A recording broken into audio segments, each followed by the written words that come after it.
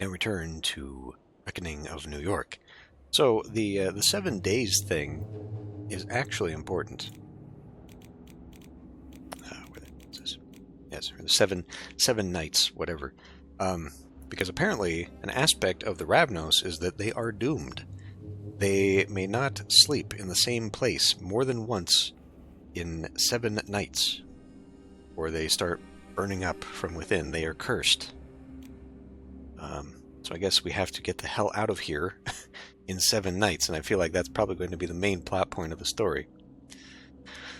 Getting all trapped up and stuff. But also, I mean, I'm looking at the wiki for this. So, like, this is part of the role-playing game, and they also have the tempting fate, which is that when faced with a problem, the daredevil must attempt the solution with the most dangerous or daring of actions. So, yeah, like, I'm supposed to take risky actions here, but, like, I don't know. I do feel like we've already seen the illusion of choice, not just in, like, the dialogue in the story, but, like, you know, no matter what I chose, I think would have led me here. And even that one, like, meeting her, you know, I used an ability that worked, and it still ended up I got caught.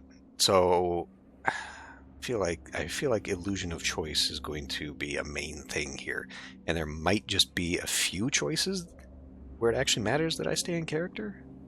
Although I don't know, like, I think there were like 7 or 8 in the second game, and I fucked up everything. Like, I think I got one thing right in that game. I got the worst ending. So I don't know how this works. Anyway, Elysium, Judgment at the Elysium, main quest.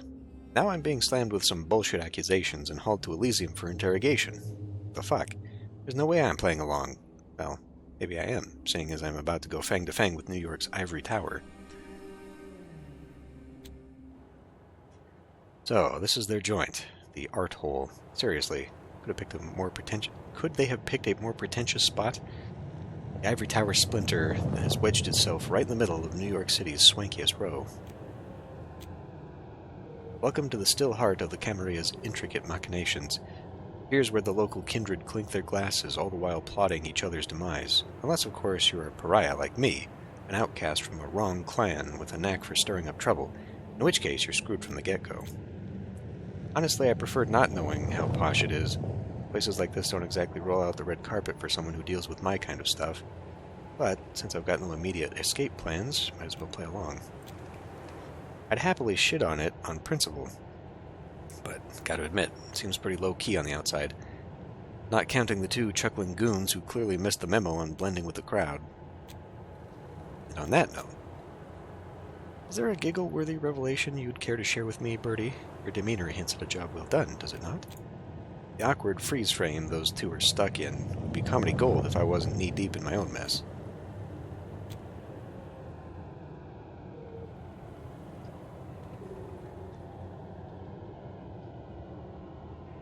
Oh, okay. It wasn't directed at me. It was... Okay. I get it now. Yeah, Ms. Duval, sir. I mean, not really anything too wild, you know? Just like the usual stuff we're seeing, I guess. Does this usual stuff include dubious characters Does this usual stuff include dubious characters within a mile's reach of Elysium? Groups for which you were specifically instructed to watch out? 3 of them, to be exact, if my count holds true. 3 groups of what? Honestly, I didn't spot a thing. Then again, maybe I'm just not clued in on what to look out for. Better cook? I've seen that before. Have I seen that before? What have I seen before? Are we talking about, is it my coat? Out of the loop. Not cool. What? I've got to say it? Well, okay. I mean, maybe... Am I a liar? So this is like the say nothing option. This is the, hey, tell me what's going on option. And is this like the, maybe I can ingratiate myself a little bit if I actually know what the hell we're talking about? Would I do that? Presence is saved for when natural charm just doesn't cut it. They may frequent use of this power in order to find victims in a pinch. I'm looking at the disciplines here. Obfuscate allows Daredevil to disappear from sight when things aren't working out, but also allows them to create and manipulate their hallucinations. Okay, now, here's the thing. Like, so the Ravnos, Rogues, Ravens, Daredevils, the Haunted, are those just nicknames for them, or are they actual archetypes within the clans? Like, if you choose, I'm a Daredevil, then Obfuscate. Because I chose Obfuscate and Presence as my things, which I guess would make me Daredevil and some, I don't know how this works, man. I had this problem with the previous two games too, where it's playable if you don't know the lore, but I feel like it's definitely geared towards people who are deep in the lore and would better benefit in choice making and all that stuff if you actually knew the stuff. I don't suppose that's in here.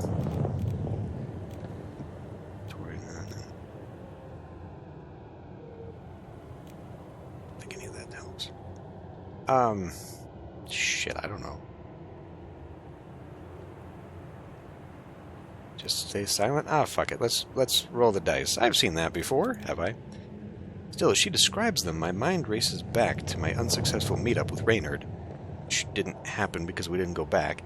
That weird run-in near our stash. Those dubious characters. Could they be what D'Angelo was hinting at? Maybe they're the clue to the baffling disappearance of my sire? Might as well drop a subtle hint without going full disclosure. Maybe I'll reel in some info while still playing the part. Talking about the concealed carry enthusiasts snooping around like troubles with their middle name? Ran into a similar crew down by, near Washington Cemetery.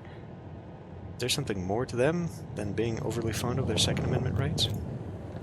I appreciate the input, but that shouldn't top your list of worries at the moment, Sugar. So much for intel fishing. Damn! I gotta stop gambling. Apparently that's not how you play this character. I mean, I apologize. We really should have. Yes, you really should have. Boy, that shot through him like an icy bullet. I wasn't exactly cozy myself, but that poor sod probably just shed the last ounce of warmth left in him. Return to your duty. My goddamn donkey lips. Return to your duties at once. I'll be expecting a detailed report within the next hour. Yes, Miss Duval, sir. He waddles off like a scolded kid, and his pal refuses to meet our eyes. I throw Valerie a look of unwilling respect. She obviously holds some serious clout in these parts. Journal, that must have been a character added. Hound, huh? A La Sombra. Camarilla's footstool. Largely incompetent as a hound, but useful from time to time as an Elysium bouncer.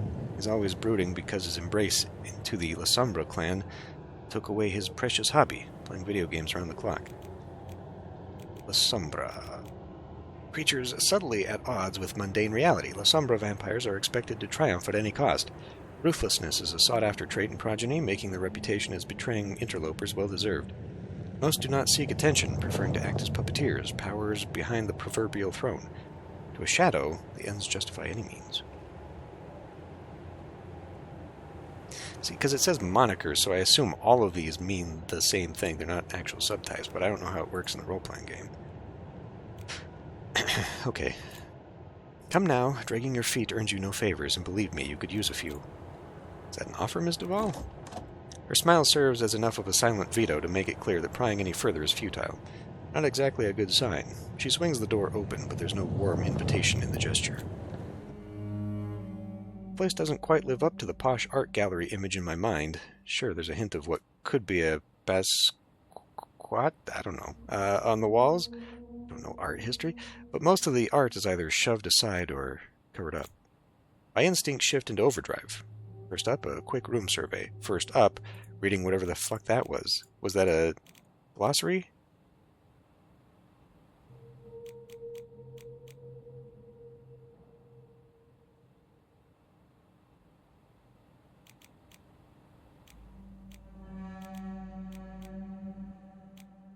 I couldn't see that little tooltip that was there in the corner of my vision, so I don't know what I just missed out on. At the beginning, what was I even thinking? It's just peak naivety counting on that useless gumshoe to track down Reynard. Better come up with a new game plan. Going solo to find my sire wasn't exactly a stellar idea. I got nabbed by the Camarilla's very own scourge and slammed with some bullshit accusations. Not that I'm a saint, but, you know, I'm a little bit offended they got me so easily. Yeah, see, so far, taking risks or being, I don't know, what I would assume was kind of daredevil-ish or charming or anything that it says these characters are, doesn't seem to be working. The fact that they're supposed to be very skittish and run away, I don't know if I should be taking more cautious choices. But again, I still don't think it matters. I feel like, you know, we wouldn't have found Reynard if we'd just gone straight to him. Anyway, my instincts shift into overdrive. First up, a quick room survey. Search for escape routes. Well, that would be... I mean, that's what we do, right? We run the fuck away. Scan for access points. Take a good look around. I mean, obviously this wouldn't be the one where we gather intelligence. So the other thing...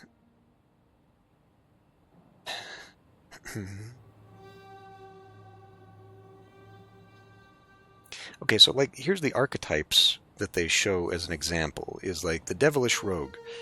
A thief who strikes when the timing's just right to steal evidence or whatever. Traveling blogger, because they're travelers. They make a profit and avoid the fiery burn of their lineage by traveling all the time. A hitman, a rare breed that gives requirements for being a professional hitman. Still, they perform mission as needed. Okay, whatever. Artifact collector. With traveling comes experience and exposure to different bits of information. So you kind of think that they are... like they're good at that. Kindred society. So among kindred society, it's very rare for a Ravnos to advertise their clan. Some prefer to pose as caitiff. When the true identity is revealed, or even worse, their agenda, many already have a few escape plans at the ready. There you go. There are some who will advise what they are proudly, often taking independent position in politics, blah, blah, blah, blah, blah. They also, like their more subtle counterparts, often find themselves leaving domains either due to enemies or victims. The cause for flight isn't just a quirk of personality or circumstance. Their blood urges them to move, or feel the echoed fiery demise of their antediluvian. Okay, though the Ravnos' curse made them both independent and mobile, there's an attempt to rebuild clan structure. The Gangrel's urge to travel gets past. The Ravnos aren't given such service all over the world. Okay, so yeah, like we want to run, right? So we want to look for an escape route. No vents, no fancy chandeliers daring me to escape, and definitely no clear exits, especially not through those reinforced windows. Trying to pull off a Chris Angel-style stunt would likely start with a bang and end with my head on the chopping block. Okay, well, I guess that's the... that sort of ages the developers on their choice of magician there.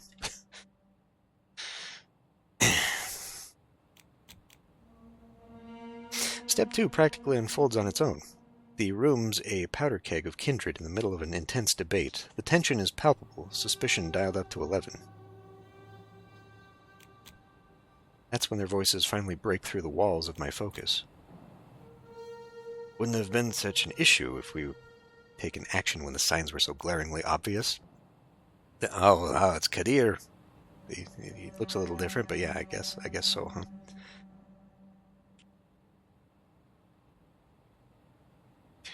That long-haired hunk must be Kadir al-Samai, the Camarilla sheriff.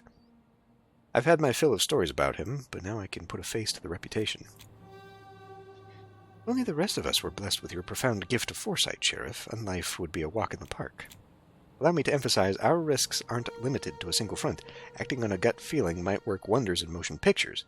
Here, in the real world, it's a different story. This one's a mystery to me, but the way he's navigating the conversation, he's clearly a heavyweight in these parts. I do recall him. I don't recall who he is, though. Spare me the present. Let's try that again. Spare me the pretense of ignorance, Arturo. Ah, okay. The pattern was unmistakable well over a month ago. Now, Arturo. Thomas Arturo? Shit. Reynard explicitly told me to steer clear of this guy's mess. The bickering rages on, and Valerie doesn't seem eager to reveal her catch, a.k.a. yours truly. She's from the second game, right? Oh, there's actually motion? There's very slight motion to the sprite. Interesting. Her playful decision to allow the Thin Bloods to appoint Larson as their primogen raises his final death to a level that can't be casually swept under the rug, Helena. Thin blood or not, it throws into question our grip on the situation. At Gothed Out, Ally McBeal? Definitely Ashling Sturbridge, right, the Tremere Regent. I've been curious if Reynard's operation extends into the local chantry, but he was, as always, tight-lipped about his private affairs. What would you have me do, then? Unleash our dear sheriff without adequate reconnaissance? Just in the name of haste? We can't overlook this excessive efficacy in this We can't overlook his excess efficacy in the last skirmish, can we? Doesn't the prospect of a masquerade breach give you pause? Behold the queen bee herself, Helena Panhard. Ah, Panhard, right. Right, they've changed all the sprites. The reigning prince of sticks up at the ass. I figure we're all fond of keeping things the way they are. There's times to just sit back and think, and then there's times when you gotta step up and do something bold. This feels like it's time to make a move. An Anarch champion. Okay. Anarchs, right. I mean, we can read through here pretty soon. I'll fuck it. Let's just do that right now. Let's refresh. Oh, we're not? Oh. I wanted to know who these people were, not their... I wanted a refresher on the last games. An Anarch championing chaos. A revelation that somehow fails to astonish, oh esteemed Baron of the Bronx. An Anarch Baron inside Elysium? Now that's a plot twist. What's the deal here? Right, that was part of the plot of the previous games, right? It was, well, at least the first game. I think it was the first game. The second game I don't think really tied in, or I don't remember. I mean, fuck, it was like 5 years ago. I don't remember.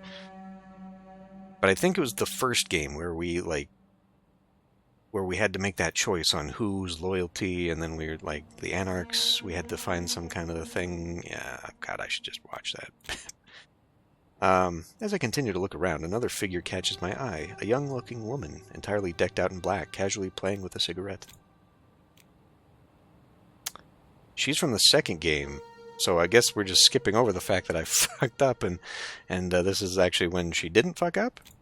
Because she ran away at the end. Or I ran away at the end. I chose the path that led to the bad end, where I ended up running the fuck away. So I guess not. In the canon, huh? She shoots me a brief glance, clearly picking up on my curiosity. That ancient fart in the wheelchair, whispering to his servant. That.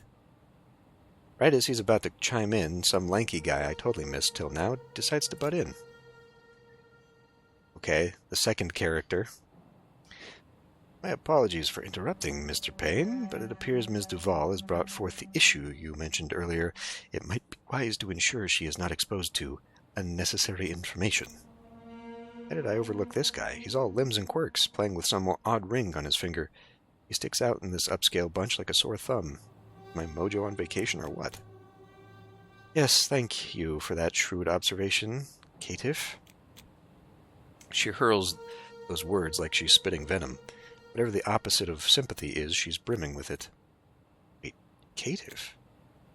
Esteemed Council, I give you the troublesome Ravnos neonate. I gather you all desire a swift resolution to this matter? Her disruptions have been minimal thus far. Let us hope that trend continues. As if on cue, every eye shifts to me. I'm not one to buckle under stage fright, but this silent ostracism is on a whole new level. In this room, I'm on my own. I understand the formal necessity of addressing all this, as well as my role in the matter. However, there are more pressing concerns demanding attention. Far more pressing. Shall we discard all traditions, too, while we're at it? We've pirouetted around the Hudson problem for more than a year, yet progress... Wow, what's my problem tonight? Yet progress remains as stale as our debate. Certainly a few additional moments to honor the very laws you spearhead so vigorously couldn't hurt, could they? The Hudson is a completely different beast, as you're well aware. We need to address the locust swarm engulfing New York before Camarilla's entire framework crumbles beneath its weight. And how does this sit with you, Payne? Just last night, 2 Duskborn and a fledgling from your clan were reduced to ashes, and we're still in the dark about who's pulling the strings. Shouldn't that worry you more than policing the purity of the red market? Squidward over here. The old guy's servant steps forward, all awkward and rigid. In principle, I agree, Sheriff. However, should we continue to disregard even minor infractions, we broadcast a message of vulnerability. Vulnerability threatens our efforts within and beyond our borders, efforts we plan to carry on without interruption once the locust swarm, as you've termed it, is eradicated. Can't believe I'm saying it, but I'm inclined to agree with Gramps on this one. Can't simply let something like that slip through the cracks without taking proper measures. So you've assumed the role of his advocate now. Quite the bold ascent up the ladder of your own making, Julia. What's next on the horizons? Another hostile... Enough already. An awkward silence falls over the room, but it seems more about custom than actual respect. Guess we're all just creatures of habit, undead or alive. The sheer theatrics of the situation give me a moment to sneak a glance at... the old fart?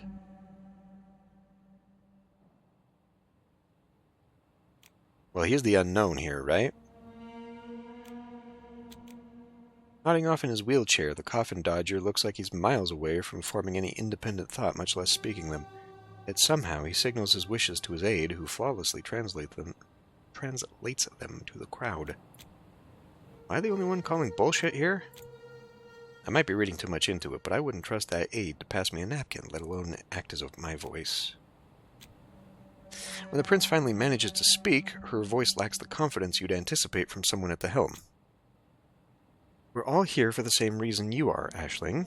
Or am I mistaken, and you forget where your loyalties lie? Even now, as she turns to me, her presence is weighed down. Not that I care. My head's on the chopping block, and she's the one calling the shots on whether it stays put or rolls off. Now let's put this issue to rest here and now. Strive for brevity, Sheriff. Understood. The weight of his gaze is enough for me to lower my shoulders. Whatever comes, it's not going to be pretty. Kali of Clan Ravnos, you stand accused of violating the New York Camarilla's praxis, infringing on the tradition of hospitality, endangering the Masquerade, among other things. Hospitality. The hospitality. Honor one another's domain. When thou comest to a foreign city, thou shalt present thyself to the one who ruleth there. Without the word of acceptance, thou art nothing. Keeping tabs on who is within the city has become difficult in the modern age of refugees and global citizens. While some princes erect walls or attempt to control the borders through political means, others give up on enforcing this law. Well, shit. Wait, on what grounds? Drop the act. There's a wealth of evidence in that recreational vehicle of yours, most of it confirming the suspicions we've been harboring over the recent months. Petty theft from our subjects, impersonation of other kindred, lineage forgery. Need I go on? Okay, guilty. But when did they start caring? Not like I'm the only one dipping my toes into the ocean of misdemeanors. Guess they don't know about our artifact gig. But your involvement in large-scale blood and mortal trafficking, outside our scrutiny and the jurisdiction of the circulatory system, is as obvious as it is dangerous to the stability of our domain. Large-scale my ass. We hardly move anything through New York. Definitely not enough to impact their operations. Plus, we're super careful. Especially with your clientele often being in direct hostility to our interests, as Primogen Payne was kind enough to confirm. Seriously, this can't be right. We always check out our clients. Well, Reynard does, but... is this some twisted way to set an example? Are they playing the undead IRS? It's their game, really. While some might chalk this up to colossal stupidity, I am neither, so forgiving nor tolerant of fraudsters who respect nothing but their own gain. Not blind to the fact that Reynard's completely MIA in this whole story. He's the big cheese, the head honcho of the entire affair, though calling it an affair might give it too much credit. So why are they making it out like I'm the mastermind behind some global crime syndicate? This is not the time to be quiet, Raven. You know what? Fuck 'em. I'm not going down without a fight. Not my RV, obviously. I'm not your scapegoat. I'm merely the chauffeur. I don't know. Am I using... Is this not the time to do this? I'm not your scapegoat. I guess. I mean, this is kind of confrontational. Fuck, I don't know. Don't. Hunger increases. Obviously you found something. How could you not when you're the one who planted it there to begin with? Oh, that's a bold... I didn't mean to do that. Careful, Icarus. I've watched The Exonerated. I know the drill. Look, I get you need someone to pin this on, but you got the wrong... Out of nowhere, something pierces my mind, shredding its defenses to dust. It's like my head's been turned inside out, exposing my every thought for their amusement. I whip my head toward the source of this eerie sensation, and boom, there's Kadir, the freaking sheriff with those piercing eyes slicing through my layers of BS like it's cake. I earnestly hope you're not taking me for a fool. That'd be a misstep of monumental proportions, unlike anything these walls have witnessed. I get a glimpse of Aisling out of the corner of my eye, silently mouthing words that look suspiciously like, I beg to differ. Right then, a curved sword appears in Kadir's hand, as though he's just pulled it straight from the thin air, or maybe I'm just going nuts. Honestly, I'd be totally shitting my pants right now if that part of me wasn't offline.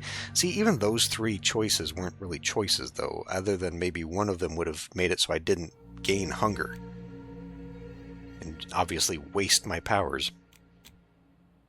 I'm not here for your games, little raven. Choose your next words carefully. I'd argue this utter lunacy clears her of charges. She couldn't even cobble together a feeble story, much less orchestrate clandestine trading of this magnitude, and yarn spinning is supposed to be your clan's forte, isn't it? Last chance, my dear. Is there anything of substance you wish to add? Holy shit, this can't really be happening, right? What's my move? What would Reynard do? Reynard. If he had the decency to pop up, or at least toss me a fucking heads up, I wouldn't be knee-deep in this disaster. Is he really in trouble, or... He bailed on me. Got a hint the Camarilla was breathing down his neck and decided I'm the perfect scapegoat. Now, that doesn't sound like him. But why target me and not Reynard? Sure, he's gone now, but could they really be that clueless about it? I'm totally lost, but I do know what he would probably do. His move would be to look out for number one. Spill the beans, more than necessary to buy some time. Time is gold, and with enough of it, maybe there's a chance to wiggle out of this mess. It's all or nothing now. Hit the jackpot or end up porcupined with stakes. Guess there's not much point in playing dumb, huh?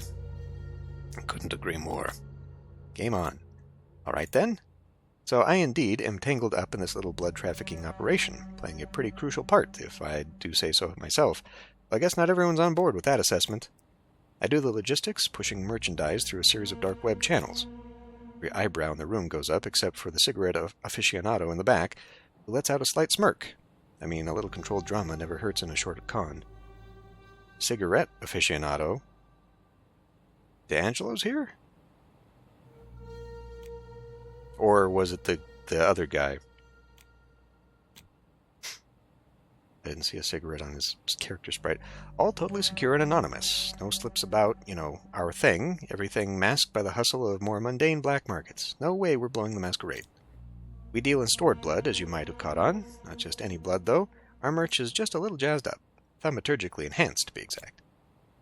It's the only way they'd work, as you're well aware. I am, but that's not for you to find out. Right, of course. Oh, and we also deal in, let's just call them family treasures. But honestly, that's more of a side gig than anything serious. But we're extremely careful about picking our clients and really thorough when it comes to making deals. The traditions and all. I was sure we'd never even come close to breaking them. At least that's what he led me to believe. I had a hunch there were some dodgy dealings in his more secret ventures. To deny that would be a flat-out lie. But let's be real, I'm way outside the inner circle to have a real sway in those parts of his enterprise. For a brief moment, an uneasy silence sweeps over the room. His enterprise? Is this a joke? Exactly who is this he you're referring to? Give it my all to appear as blameless as possible. I presumed you knew it was my sire who's masterminding it all. The room's heavy silence is soon filled with hushed whispers following my revelation. Good. If fortune's on my side, I might just live to see another moonrise. Indeed, how fortuitous. And your sire would be... There's only one other notable rogue. Okay, well, maybe we'll look at the glossary on this because it is... Oh. Well, that... I didn't know I could just do that. All right. There's only one other notable rogue in the city who comes to mind, someone dipping in and out, known for their shifty nature, of which I was somewhat aware. Reynard Castle. You nailed it, Chief. I mean, sir. Another brief moment of silence gets interrupted by the girl in black who addresses the sheriff. I can practically hear the cogs turning in your head, Kadir. What's your take on it? Now I kind of wish I'd played the second game where she didn't fuck up, and just to know what she was supposed to be. She's... Tremere? Of course it doesn't tell me. I think so. I think she was supposed to be like the bold leadership type, and then I totally chose not that. Anyway, truth be told, it does add up. I had him pegged more as a con artist than a trafficker. Then why hasn't he been apprehended yet, Sheriff? Are you secretly endorsing activities that impede the circulatory system's operations? For your own good, Payne, I'll pretend I didn't catch that. Or would you care to question my dedication to our cause again? Be warned, my patience wears extremely thin these nights. Can we put this bickering on hold, at least for the moment? An opportunity staring me in the face. How could I resist squeezing myself right into it? One more thing. Reynard and I had a meeting lined up with a client a few hours back, but he never showed up. In the whole year and a half I've been in this gig, he's never just vanished like this. And what do you make of it? Now with the floodgates of truth wide open, it's time to dive into the art of lying my ass off. To be honest, I'm not sure, but now that I think of it, he's changed over the past month, become a lot more erratic than usual. Ready for my theory? I'm pretty sure he caught wind of your lot and decided to feed me to the flames while he made a run for it. Whether they're swallowing my story or they're just tired of my presence, it feels like I'm nudging things the way I want them. Not everyone's convinced, though. An unwitting pawn betrayed by her master. A likely story, suitable for the stage indeed. But in this context, if I may... Damn it. Pedrick? How do you... Pedrick? Sure, we'll go with that. Don't go getting yourself into... Baron's warning arrives a little too late. Instantly, the others shift their focus, fixing their eyes on the caitiff. Or caitiff, I don't know, with unmistakable hostility. It's clear they're not exactly fond of him. Since you've already disrupted the proceedings, you might as well say your piece, mediator. Very well, then. I'm inclined to believe her, at least in the aspects most significant to the interests of our allies. Thanks, you mysterious weirdo. Guess he did have a cigarette in him. As ever, your assertion remains devoid of substance. My guy's advice is pretty much always on point. His track record speaks for itself. The sheriff has a point that seems to hold water. Her sire might just be the one at fault. She is essentially a non-entity, is she not? A nobody that slipped under the radar until... Oh, maybe he doesn't have a cigarette. What the fuck? Who are we talking about? Who's the cigarette smoker? She is essentially a non-entity, is she not? A nobody that slipped under the radar until, by a stroke of sheer bad luck, she got caught red-handed. Do not excuse the pun. Or do excuse the pun. When you give it another look, the evidence you've collected should indeed back up that claim quite convincingly. And what grounds your intricate evaluation, precisely? My judgment is shaped by your vast experience and simply tempered by reasoning and intuition. Changes little regarding the consequences she must face for her complicity in her sire's crimes. It's do or die. How about I serve you Reynard's head on a silver platter in exchange for mine, unscathed on my shoulders? Kadir's stare pins me under silent disapproval, but he lets me, as the curly-haired asshole put it, spin my yarn. I know all his secret spots in this town, plus the spots he wouldn't touch with a 10-foot pole. I'm wired into his network, his contacts, I've got his playbook down, and I can stay one step ahead of him with ease. Just give me a chance, and we will all be thanking our lucky stars by the end. They slip into a quiet introspection, or maybe they're just playing a round of mental chess, trying to read each other's minds without uttering a word. I have reservations about this daring proposition. Consider the potential fallout if this entire situation spirals out of control. Kadir throws up his hand, clearly over-dealing with my case. Capturing this well proved hardly a challenge. I wouldn't sweat the idea of catching her again. What's more, entrusting her with Castle resolves two issues at once. It swiftly eliminates her presence and enables us to prioritize genuine concerns. But someone has to keep a constant watch over her. Valerie, perhaps one of yours. batshit crazy idea bursts into my mind, the kind of gamble that would either turn out brilliantly or spectacularly implode. But the dice roll. How about him? Jab my finger toward the quiet caitiff. Pedric, wasn't it? His expression shifts to one of utter confusion as he catches the subtle smirks of the council members. Surely you're not considering. This could play out quite favorably, I must admit. Quite favorably indeed. Shit, it actually worked. Very well, Pedric Conroy. I hereby appoint you as the agent caretaker for the Ravnos neonate. I hate to break it to you, Sheriff, but this call is out of your turf. He's with us on Anarchs, and you know it well enough. Technically, when he took on the whole peacemaker role for our cliques, he acquired a level of neutrality, so yeah. Kadir redirects his gaze to the caitiff. Your responsibility is to ensure she fulfills the assignment within 4 nights. Starting now, any slip-ups on her end will reflect on your record as well. Do we have an understanding? 4 nights. Not a whole lot, but better than nothing. Pedric's resigned nod mirrors exactly how I feel. Now, back to where we were.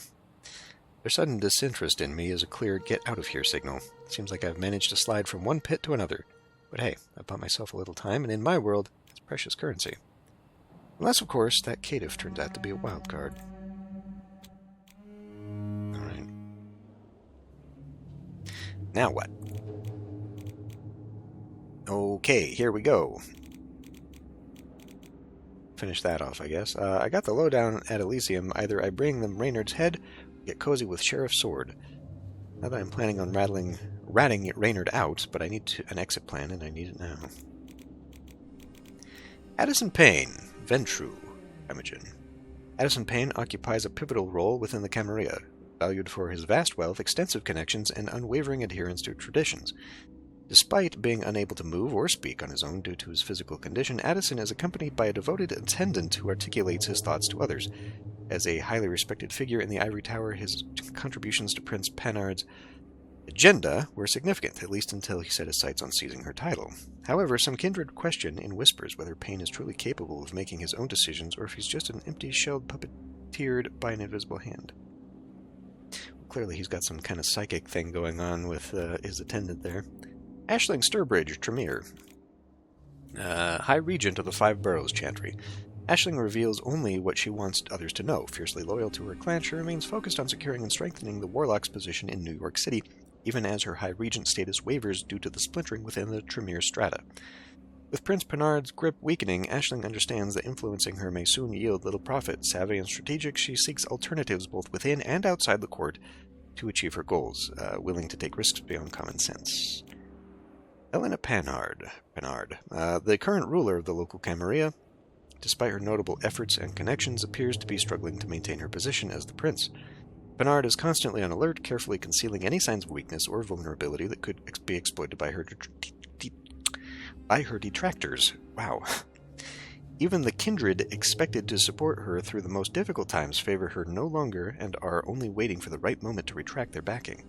Some figures are increasingly vocal in their opposition to her leadership and actively seek to undermine her authority, especially Kadir Al-Azmai, who's first in the line to deal with the fallout of her steadily slipping control.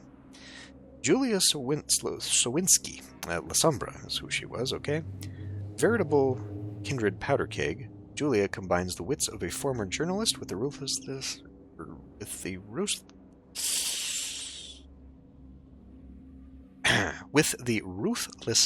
of a fully realized La Sombra.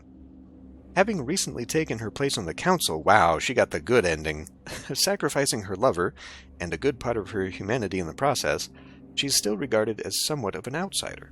Her relationship with her former mentor, Kadir Al-Azmai, has grown decidedly chilly. Armed with cigarettes and a dark sense of humor, Julia fights hard to stay ahead in the eternal power struggle of the Ivory Tower, but nobody knows what the upcoming nights will bring for the young fatalistic La Sombra. Yeah, I went the exact opposite way with her story. Pedric Conroy, caitiff mediator. Calm, nondescript presence lurking in the background of any meeting involving both the Anarchs and Camarilla, Pedric Conroy easily assumes the mantle of mediator. Although disdained for his caitiff provenance by the Ivory Tower figures, he not only serves as peacemaker but also acts as advisor to Torque, Baron of the Bronx. Uptight, taciturn, and surrounded by an air of mystery, Pedrick is tasked with shadowing Kali search for her missing sire, all the while skirting around his most private affairs. Kadir Al-Azmai, Sheriff of New York, Toreador, paragon of loyalty and duty, Kadir Al-Azmai has served as New York Sheriff for a few more decades than is advisable. Disillusioned with the fruitless bickering of the council and the indecisiveness of Prince Bernard, Kadir finds it increasingly challenging to fulfill his duties. The emergence of new threats within the city, intent on dividing and conquering it, or simply tearing it apart, only worsens this struggle. Even those who wish him well, insofar as kindred are able to, see that he is becoming increasingly ruthless, slowly but surely giving in to the beast. Thomas Arturo, influential harpy from the Ventru. Despite the mystery veiling his machinations, Arturo's deep-seated contempt and vanity are unmistakable. One of the most ambitious kindred in New York City, he exploits his influence as harpy to skillfully navigate court games, employing any measure that could benefit him in the long run. However, with the weakening position of Prince Helena Pinard, and no suitable replacement he can easily manipulate, Arturo struggles to maintain his meticulously designed unlife. And Torque, Baron of the Bronx, Bruja.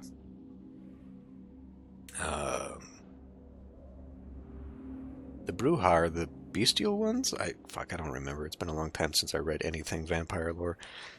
While Torque's heart has always been ready for a fight, the complexities of kindred politics have shifted his focus toward brokering deals rather than breaking skulls.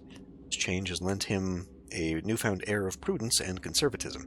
Despite still having some clout among lesser fierce licks, Torque's position as a leader weakens by the night. His previous machinations have led him to a stalemate where he can do little more than engage in politicking. He resents that position, but the fear of losing his hard-earned gains paralyze him from taking decisive action. Right.